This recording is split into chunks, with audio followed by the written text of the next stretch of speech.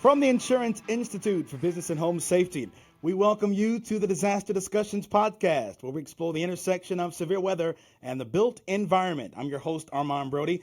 Thank you so much for being with us, folks. You know how to get a hold of us on Amazon, Apple, Google, and Spotify. I want to thank you for your response to our most recent episode, a conversation about dollars and disasters with Dr. Kevin Simmons, who goes some decades back with IBHS. Had a great conversation with him. Make sure you check that out if you've not done so already. And we're still buzzing around here about the episode we recorded for the June edition of our podcast with Dr. Ian Jamanko, who is our lead research meteorologist here at IBHS, and Sarah Dillingham, our senior meteorologist. We had a little IBHS powwow. We called it On the Radar. We talked about all the craziness that we saw in the first half of the year. So if you've not had an opportunity to check out either of those episodes, please make sure you do so. Subscribe to the podcast, and of course, you can go to ibhs.org/disaster discussions podcast. We want to make sure you don't miss a thing. Well, we are in the middle of the 2023 Atlantic hurricane season, and our guest today is Dr. Phil Klotzbach, who is the senior research scientist with the Department of Atmospheric Science at Colorado State University. Phil joins us to discuss the importance of seasonal forecasting and to talk about what different industries, including the insurance industry, can draw from it. Phil, it's a pleasure to have you with us on the Disaster Discussions podcast. Hey, thanks so much for having me, Armand. Looking forward to chatting today. Indeed. And you're joining us on some short notice, so we are particularly grateful for that. We're also aware of the fact that you are a bit of an outdoorsman, so you've got a lot of hiking and things going on. And we certainly want to give you an opportunity to get back to those things as well, but we cannot stress how pleased and excited we are to have you with us today. Well, thanks again for having me. You got it. Let's jump right into it here. Phil, if you would give us some background of seasonal forecasting overall, and at Colorado State in particular, and of course, you can't mention those words without talking about the legendary Bill Gray. Yeah, that's correct. So our group at Colorado State University has been doing seasonal forecasting all the way since 1984. So this is the 40th year of doing seasonal hurricane predictions. You look at me and you're probably like, hey, this guy probably wasn't involved in 1984. And that's correct. I was not.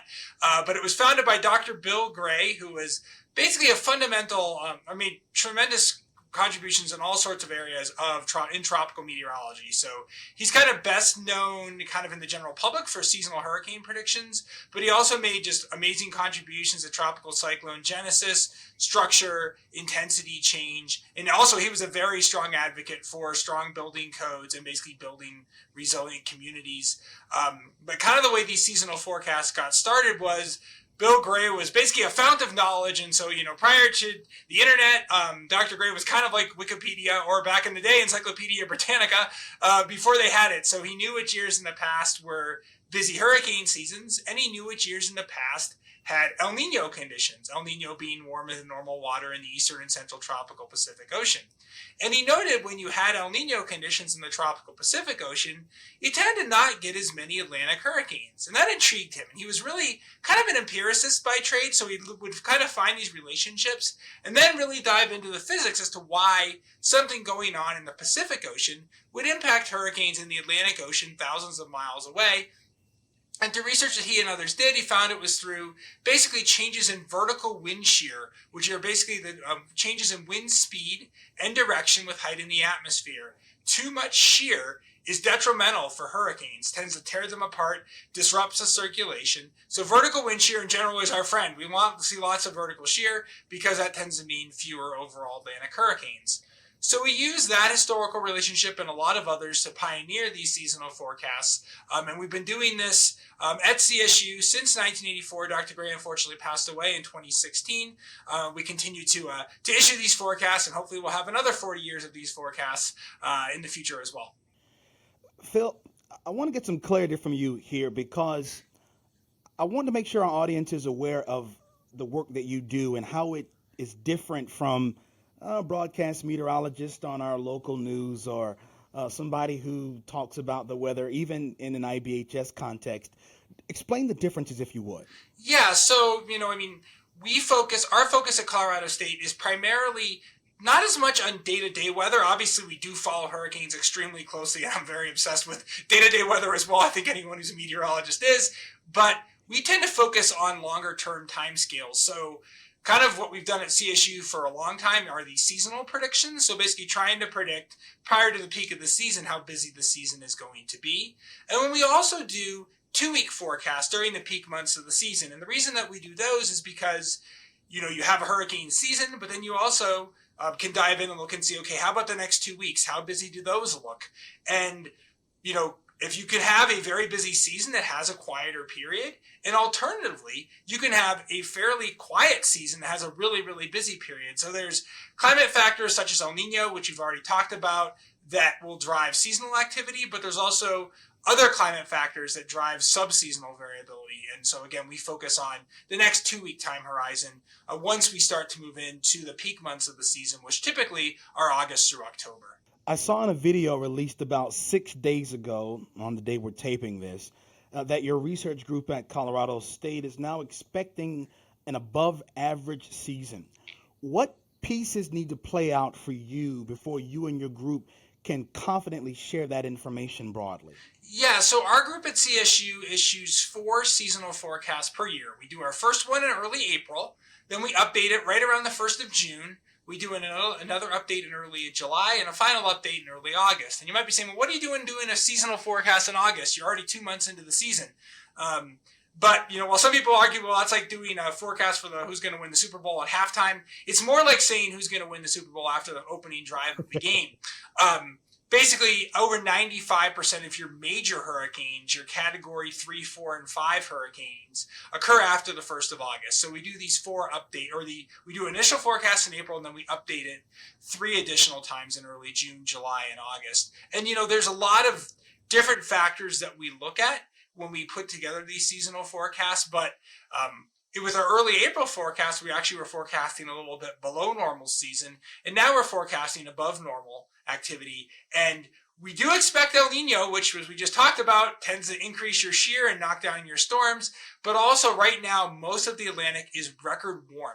And so when you have that record warm Atlantic, that tends to alter the atmospheric circulation such that we probably won't see as much shear as we typically expect in an El Nino event. And also, hurricanes live off of warm ocean water. So when you have a lot more of that warm ocean water, it provides more fuel for storms. We already saw that in June where we had 2 tropical storms, Brett and Cindy, form in the tropical Atlantic. That's extremely rare. We've never observed more than 1 forming kind of east of the islands in the tropics during June before. And so to get 2 was quite unusual. And that was likely primarily due to the fact that the waters were much warmer than they normally are during the month of June. Yeah, you were talking about El Nino and the atmosphere being warmer. And it's exactly what Sarah was mentioning during our podcast episode back in June. I want to talk about this because you kind of touched on it. You were driving up the street. But I figure since we're there, let's go on down the avenue. Let's discuss climate change and any climate change related impacts, Phil, that you've seen in forecasting. Yeah, so there's a lot of obviously we could spend hours talking about this one topic, climate change and hurricanes. And so, if we're talking about, say, on a long-term time scale, one of the big questions that people want to know is, are storms going to get quote unquote worse with climate change? A lot of it depends on how you define the word worse. We already are observing more damage from storms. Even to storms that make landfall today don't change at all. You're seeing more damage just due to increases in exposure, basically more population, more stuff along the coast. That's why better building codes is so important. If we're going to put more people effectively in harm's way, we need to have resilient structures such that when these storms do come along, they don't just cause the absolute devastation that they can, say, in some of these older constructions which aren't as well built. But we also know with climate change that you're basically when you in climate change, you warm the ocean surface and you also warm throughout the atmosphere. And a warm atmosphere can basically produce more rainfall, since a warmer atmosphere can hold more water vapor. So obviously more rainfall isn't great because that tends to increase, obviously, the flooding risk. Another thing that we know is that when you warm the atmosphere, and especially when you warm the ocean, you have sea level rise. And so sea level rise, a couple inches, 6 inches, even a foot. Doesn't seem like much to me living out in Colorado, but obviously if you're living in a low-lying area, and you have the sea level rising, that when that hurricane comes along and you get that storm surge coming on shore, it will penetrate farther inland. And we know it doesn't take 3, 4, 6 feet of salt water in a house to cause it to be condemned. Even 6 inches or a foot can be either a tremendous cost or potentially even a total loss. So we know those factors. Obviously, the thing that everyone wants to know is, are we going to see stronger hurricanes? And I think the answer is we likely are to see hurricanes become a little bit stronger. Not maybe as strong as people necessarily think it will be, because when you warm the ocean surface, that provides more fuel for storms, but you also warm throughout the atmosphere, and you warm more higher up in the atmosphere. And that increased warming that you get high up in the atmosphere tends to stabilize the atmosphere a bit and take a bit of the edge off. However, we do think the warming oceans are going to win out a bit. The question also has been asked, are we going to see more storms? And that's really unclear. A lot of the models actually project, and we actually have even observed a somewhat of a decreasing trend in the overall number of storms globally. Not necessarily in the Atlantic, but if you look at storms elsewhere in the Pacific Ocean, where they're called hurricanes in the Eastern Pacific, typhoons in the Western Pacific, and tropical cyclones in some of these other basins in the Indian Ocean and in the Southern Hemisphere. So there's a ton of stuff there. I would say, we're likely to see more damage in the future just due to increases in population and wealth, as well as sea level rise, increased precipitation, and then potentially also stronger storms. You mentioned tropical cyclones a bit there, and I'm just curious. That got me to thinking about something else. What can these forecasts tell us, and what can't they tell us? Yeah, no, that's at what point do we say, based on the knowledge? Yeah, go ahead. No, that's a great question. And so, I think honestly, some people put more stock in seasonal forecasts than I do, and I've been doing this for over 20 years. Seasonal forecasts, we can give you some idea as to basically like how busy the overall season is going to be. We have skill at that. We've been doing this 40 years. And there's other groups as well that do these seasonal forecasts, and generally we do show skill at being able to predict how busy this season is going to be. But we can't say exactly where the storms are going to go. That's governed a lot more by day-to-day weather patterns, which you just don't have the ability to be able to predict months into the future. So, when it comes to hurricane seasons in general, busier hurricane seasons overall have more landfalling hurricanes, so the odds do go up that landfalls are going to occur if you have a very busy season. But there are certainly exceptions. For example, one of the years that we like to give as an example is 1992, which was overall a pretty quiet season. Dr. Gray and his team at CSU that year put out a great forecast of only one major hurricane. We only had one major hurricane, but it was Hurricane Andrew, which obviously devastated South Florida. And you can get extremely lucky, like 2010. We had 12 hurricanes in the Atlantic Basin, and not one hit the U.S. On average, about 1 in every 4 hurricanes it forms hits the U.S. So you can run a really good streak of luck or a bad streak of luck. But in general, if we think historically at busy seasons like 2004, 2005, 2017, 2020, these seasons tend to have high impact hurricanes, just because if you're throwing enough darts at a board, eventually something's probably going to stick somewhere. And obviously, being at Colorado State, we tend to focus a lot on what happens in the continental U.S., but obviously, too, we do get very significant landfalls, obviously Caribbean, Central America, all the way up, even up into Canada, in all these areas as well, in busier seasons are also more likely to be impacted by storms. But I just want you to drive this point home so people understand, because I'm sure you've gotten it over the course of your career, and you might be getting these kinds of questions still. When people come up to you and say, "Hey, Phil, where's the hurricane going to hit in July or August or early September?" People want to make sure they understand that it's not quite that black and white. Yeah, right? yeah. The answer is we're just not that good. And I don't think we ever will be that good. So I think basically you have different time horizons. So on a seasonal time scale, we can say, okay, here's how busy we think the overall season is going to be. And here are a few kind of potentially maybe regions that look more or less likely. For example, given this year has El Nino conditions, even though overall we're forecasting an above normal season, given kind of what the models are projecting, probably the Caribbean is less likely than normal to be impacted, just given overall the atmospheric circulation in an El Nino year. But when you start getting down and say to the 2-week forecast that we do, then we can say, obviously, if there's storms out there, we can talk about what they might do. But also, once you get to within a week or two, you can say, hey, for example, the next 2 weeks, models really aren't showing really anything developing in the Gulf of Mexico, but maybe something will form off the Atlantic or off the coast of Africa, or alternatively the other way, or the Gulf of Mexico maybe in the next 2 weeks. But then obviously once storms form, the National Hurricane Center puts out advisories every 6 hours, and they say, hey, based on all the models that we have, here's the more or less likely solutions as to where these storms will go. So kind of like, I kind of think of it as the same as like a hierarchy of like, your weather, your daily weather forecast. So if you're looking, say in like September, October, Climate Prediction Center will put out a forecast and say, hey, this winter looks cold. Okay, their forecast might be perfect, but during that cold winter, you may have 2 weeks where it's warmer than normal. And so as you move closer, you can say, okay, the next 2 weeks look warm or cold, and you can have more confidence as you get closer to the event you're trying to predict. And that's similarly how we do things with the seasonal prediction. There's kind of a hierarchy of forecasts that you see, and obviously even a day or two out before a hurricane makes landfall, there are subtle changes that can make big differences and impacts. Obviously, your work is focused rather intensely on hurricanes, but I am curious, Phil, how does your work relate to other perils, wildfire? We study wind-driven rain and hail and wildfire here at IBHS, but I'm curious, how does the work you do, how does it relate to wildfires or severe convective storms? Yeah, so I mean, there's not a lot of tie. So obviously hurricanes, when they make landfall, can produce tornadoes. So you can get, usually they're not super strong tornadoes, but they can produce tornadoes, which can cause additional damage.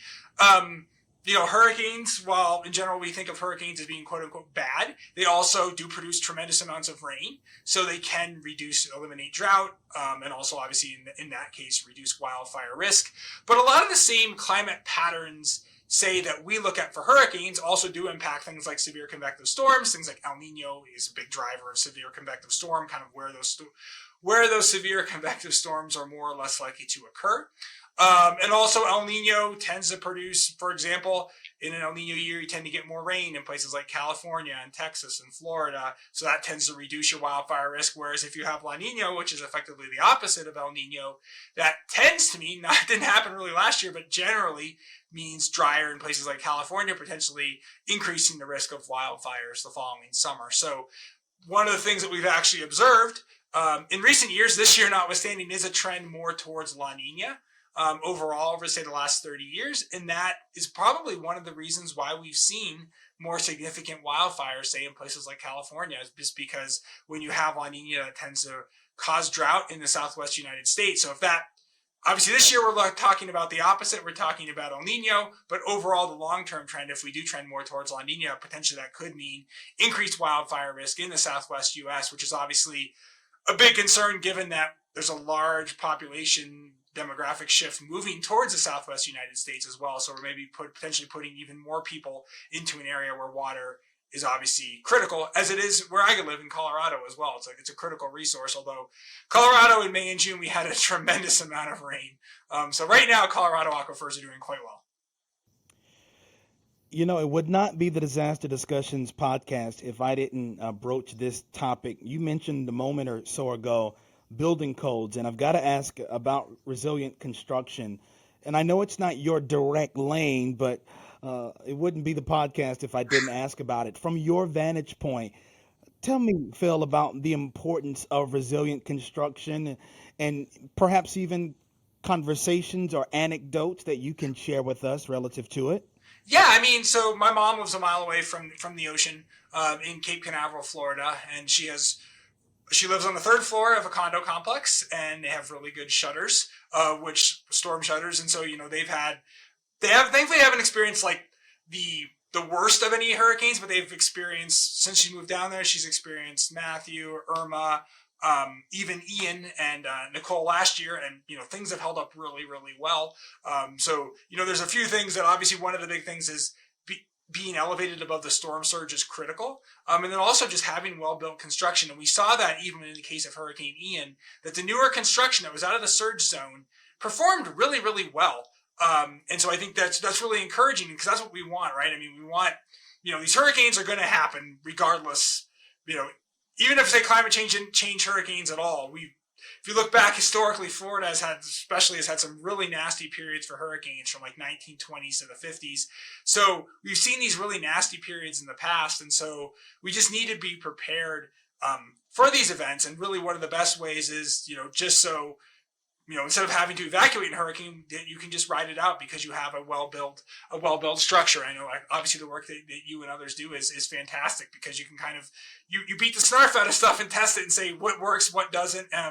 Because, growing up in Massachusetts, we had a couple of hurricanes, but even like these really powerful nor'easters, it's amazing how when you get, say, 50, 60, 70 mile an hour winds, how it'll find any weak point that you have. You'll see water and you're like, I had no idea there was an issue there, but there's a slight, crack in the caulk in the window or something. And so like, it'll find it in these storms. And obviously with a hurricane, depending on the speed of the storm, you could have hurricane force winds, especially wind gusts, for several hours. And so, the key is making sure that even your weakest link is strong enough to be able to hold up to these storms, whether it be, hurricanes or severe convective storms, hail, things like that. Especially in Colorado, hail is a huge problem. Thankfully, we don't get hurricanes in Colorado. Right along the Front Range, we do get tornadoes, but typically the stronger ones are farther to the east. But we get a lot of hail, and so it's really important to have roofs that can hold up to it, because obviously hail can just batter the tiles and everything else. So basically trying to get stuff as resilient as possible, such that we don't have to be replacing roofs every year in Colorado. Because let me tell you, roofers in Colorado do a great business. I've gotten, in the almost 3 years that I've been here, I've gained such an appreciation being around these brilliant folks around here. I've gotten such an appreciation for the damage that hail can do to roofs and to homes. And whatever stages of life I'll find myself in, buying different homes in different seasons of my life, I won't be able to get away from the knowledge of the impact that hail can bring and the damage that hail can do. So everything you're saying, it definitely resonates from this IBHS employee over here. Yeah, and I think one of the key things too is like, a lot of times we think that anything that we do is going to be super expensive, and obviously there's kind of hierarchy of things that we can do to make our homes more resilient. I mean, obviously you can spend $100,000 and do all sorts of crazy stuff, but there's stuff you can do for $50, $100,000. I mean, we see things like roof tie downs, and even with these building codes are fantastic, but the enforcement of the building codes is also really critical. And again, the building code is basically like it's good, but that's like the bare minimum. So even building stronger than the codes is great, and we've seen houses survive in really nasty situations, and remarkably, even in the Bahamas with Hurricane Dorian, which was in my view probably the worst case storm that you could possibly come up with, where a Category 5 stalls but doesn't weaken because it's mostly over water except for these really small islands. There were houses that survived hours upon hours of Category 5 sustained winds, and that's just blows me away. It literally blows me away that anything could survive that. But that just goes to show you, like, if stuff is well built and well engineered, that it can survive pretty much almost anything that nature can throw its way. So what's the biggest misconception or myth or the thing that people get wrong about the work that you do, and how do you communicate the proper perspective regarding it? Yeah, so I think there's a couple of things. I've had people say that seasonal hurricane forecasts change insurance rates, and there's absolutely no truth to that, because there's like 20 different groups issuing seasonal forecasts, and some will say, like, this year there's a huge spread. Some are saying really busy, some are saying quiet, and you're not seeing insurance rates going up or down. Insurance rates are based on historical data and these catastrophe models, which are built a lot more on historical rates of landfalls and the current building codes and other costs that go into these things. So like, seasonal forecasts I think are interesting, but they're certainly not changing insurance rates. Another thing I think people think too is we always stress that it's an informational tool. Like, obviously I'm really curious how busy the season is going to be. And a lot of other people are as well, but it's not a preparedness tool. We stress that, you need to be prepared the same every hurricane season, regardless of the impacts. And hurricane preparation is sadly somewhat related to how frequent, when was the last time you were impacted by a hurricane. Obviously, in 2017, at the start of 2017, we had gone 11 years, or we went 10 years from 2006 to 2015 with no hurricanes hitting Florida, for example. So we were talking about hurricane amnesia and trying to get people, prepared for hurricanes. And then obviously we had, especially 2017, 20, all these seasons in a row to 18, 19, 20, 20, like just over and over and over again. So right now, say, for example, people in Fort Myers, obviously have been unfortunately well too familiar with hurricanes. So, getting people prepared down there is very different than, say, a place that hasn't been hit. But, we always stress that you need to prepare the same every season because, hurricanes, one of the things with hurricanes, people think, oh, we're due or we're not due. And that's not the way hurricanes are. You can go, 30 years without getting hit by a hurricane and then get two in the same year. And alternatively, you can run a great streak of luck and not have impacts for a really long time. So, unfortunately, Fort Myers, you're not less due this year than, say, last year. And alternatively, if you haven't been hit, doesn't necessarily mean that this is your year either. So it's important to realize that, be prepared the same every year and that the odds don't change if you've been hit, say, the prior year. It doesn't increase or decrease your odds. Right. Hurricanes don't have personalities. You can't talk them into or out of something. Exactly, yes. Very good point. And it goes right in line with what we talk all the time. Yeah, it goes all the time. It goes into what we talk about all the time here at IBHS about being hurricane ready. So everything you're saying, I'm sitting here thinking to myself, amen, sir. Amen. I want to ask you this. You mentioned insurance rates. How do various industries, including the insurance industry, how do they rely on your forecasting and the data and the research that comes out of Colorado State? So what we do a lot of is, so we do obviously these seasonal predictions, and then we also look at some of these, longer term risks as well. So we'll look at things like, how about, okay, we know here we can talk about the 2023 season, but what about the longer term risks? What are the risks in a normal El Nino year or La Nina year? How does climate change impact storms? We also are a very strong advocate for, right now we categorize hurricanes by wind, but we're a very strong advocate of categorizing, instead of using wind, categorizing hurricanes by pressure, because max wind gives you the max wind, but pressure gives you not only the strength of the storm, it also gives you an idea of the size of the storm, which is obviously very critical because a larger storm is going to have a larger area that's impacted by wind, impacted by rain, and also larger storms, all else being equal, have more storm surge associated with them. And obviously, in a lot of these storms, say, for example, Hurricane Ian last year, surge can be the biggest driver of the damage and, unfortunately, the fatalities as well. So what we're trying to do is kind of document how pressure actually works better at categorizing hurricanes. And so that kind of stuff I think the insurance industry does find interesting, because obviously when they're, judging risk and pricing policies and stuff, they want to kind of know, like, what is the best metrics that basically will correlate best with the damage. And the best thing about pressure is it's just much easier to measure than wind. Trying to measure the strongest winds in a hurricane is extremely difficult, whereas pressure, you don't even have to have a barometer outside to be able to accurately measure the pressure in a storm. So I think there's a lot of benefits to using that. So that's kind of some of the stuff that we do in addition to the seasonal forecast. I spend a fair amount of time working on that, but there are a lot of other kind of research topics that we look at as well. Phil, let's look to the future a bit. What role could AI or machine learning play in seasonal forecasting going forward? Yeah, so there's a lot of so one of the challenges with seasonal forecasting is AI is great when you have a ton of data. So if I had 100,000 years of historical data, AI would be fantastic for it. But unfortunately, we only can go back so far with reliable data. And so the further back you go, the hurricane data becomes more questionable, and also the wind patterns, the pressure patterns, the water temperature patterns, the things that we use to forecast also become more questionable. So there are groups that are using kind of machine learning techniques to do seasonal forecasting. But I think, for example, in the Atlantic Basin, where we, meaning our group, but a ton of other groups as well, have done all this research, there's probably not a lot that we're quote unquote missing that we haven't looked at yet for predictability. But there, I think, are good avenues for areas where maybe there's other basins that get tropical cyclones or hurricanes that haven't been as well looked at. I think where that could be very useful. Also, there's a lot of this kind of AI machine learning is also starting to go into some of these dynamical models. And the dynamical models are, in addition to using kind of historical data, we also use climate models and look and see what they're forecasting for the season.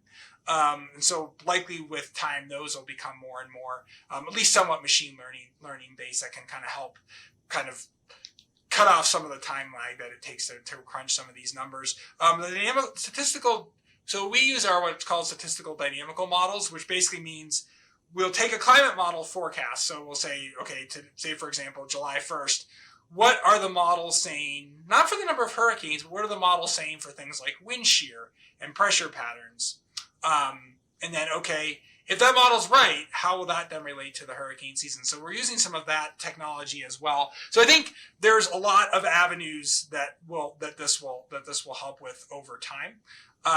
But if we're doing just based purely on historical data, there's probably not enough years of data to make machine learning super helpful for a seasonal forecast. If you're talking day-to-day weather or a weekly forecast, where obviously you have a lot larger sample sizes, the more data you have, the better the machine learning or the more useful machine learning becomes, because it can obviously crunch a lot more numbers. And basically, instead of like me flipping through maps, basically it can basically be me flipping through maps, but instead of flipping through one map every 10 seconds, it's flipping, through 1,000 maps every second or something like that and picking out patterns. So I think there is certainly use for it coming down the pike. And there's a lot of effort and time being put into trying to kind of basically figure out how to best optimize machine learning. And one of the big challenges is, one of the big criticisms of machine learning often is, it's a black box. We don't really know how it gave me an answer, but I don't know how. But there's some cool new techniques that can kind of tell us, here's the answer, and then here's why. And that's obviously, a scientist, that's what we want to know, is obviously we always want to know, great, I want to get the answer, but I also want to know why you gave me that answer. And so that's something, as hopefully as scientists and as engineers, we're always asking those questions, right? Okay, this worked, but why? And so that's kind of, I think, one of the exciting things about machine learning now is some of these explainable techniques that will allow us to be able to not only get the answer, but know why that answer came. And that leads to hopefully improvements in physical understanding as well. Phil, I'll get you out of here with this one. What should our audience take away from your work and from our conversation here today? What should we know? What should we do? Yeah, and so I think, from a seasonal forecast perspective, we always stress that it's an informational tool, not a preparedness tool. So regardless of our forecast, NOAA's forecast, any of the other groups that are doing seasonal prediction, you need to be prepared the same for every hurricane season.